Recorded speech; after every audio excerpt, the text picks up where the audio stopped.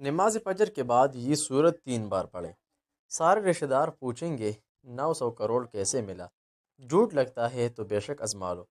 شروع ذات کے نام سے جو وحدہ لا شریک ہے، احد ہے، صمد ہے، بنیاز ہے، رحمان کریم مہربان ذات ہے۔ ایک تنکے سے لے کر بڑی جنگل تک، چھوٹی چیونٹی سے لے کر حضرت آدم علیہ السلام تک، ایک قطرے سے لے کر سمندر تک، اور تمام مخلوقات کا خالق و مالک اور پالنے والا ہے۔ درود و سلام اس حبیب پیغمبر سرور کائنات، سردار دو جہاں، محبوب خدا، محبوب کائنات، محبوب عرض و سماوات، محبوب مخلوق خدا، سردار کونین، ہمارے اور آپ سب کے آنکھوں کی ٹھنڈک، محمد رسول اللہ صلی اللہ علیہ وسلم پر، جس پر اللہ رب الجلال کی کلام قرآن عظیم الشان نازل ہوئی۔ محترم ناظرین، بہن بھائیوں، توجہ کے ساتھ قرآن عظیم الشان کا وظیفہ سماعت فرمائیے۔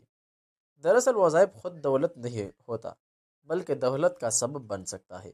اس کے لیے چند باتوں کا خیال رکھنا انتہائی ضروری ہے۔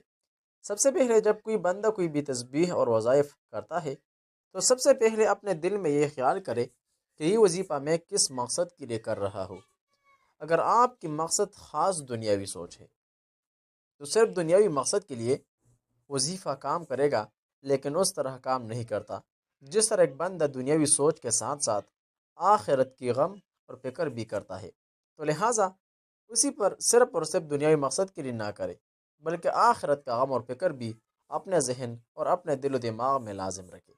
محترم ناظرین، اپنے تسبیح کی طرف جاتے ہیں تو سب سے پہلے وظیفہ کے مقاصد اور اعراض نوٹ کریں۔ ہمارے وظیفہ ہرگز 900 کروڑ کا وظیفہ نہیں، بلکہ آپ کے رزق میں، آپ کی روزی میں اور آپ کے مال و دولت میں برکت کا سبب بن سکتا ہے۔ لیکن ایک بات یاد رکھیے، دیان اور یقین کے ساتھ وظیفہ کرنا ضروری ہے۔ محترم ناظرین، قرآن مجید کی وہ صورت جس کے بدولت رزق میں برکت آتی ہے، رزق اور روزی میں برکت آ جاتی ہے، اللہ تعالیٰ غیب سے رزق و دولت کا انتظام اور بندوبست فرماتا ہے، وہ صورت ہے سورہ اخلاص۔ اگر آپ روزانہ نماز فجر کے بعد صرف 3 مرتبہ سورہ اخلاص پڑھتے ہیں تو گویا آپ ایک قرآن مکمل ختم کرتے ہیں۔ جس طرح جناب نبی کریم صلی اللہ علیہ وسلم کا فرمان ہے کہ جو بندہ 3 مرتبہ سورہ اخلاص پڑھتا ہے گویا اس نے ایک قرآن مکمل کیا، کیونکہ 1 مرتبہ سورہ اخلاص پڑھنے کا ثواب سورہ قرآن کے برابر ہے۔ قرآن کا مطلب قرآن کا تیسرا حصہ۔ محترم ناظرین، طریقہ انتہائی آسان ہے۔